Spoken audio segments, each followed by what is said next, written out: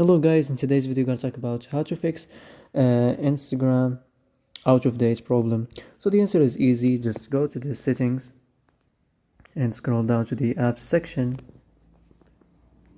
and now go to the search and search Instagram. Next, go to the storage, and here you will find this clear cache option. Click on it. Now as you see, you can go check it if it works. If it didn't, you can try to restart your phone, and if it didn't work, you can maybe try to clear data. But be careful, when you clear data, all your Instagram's data will be deleted. This includes all files, databases, settings, accounts, etc. So be careful. So that's it for today's video. I hope this is the answer you've been looking for.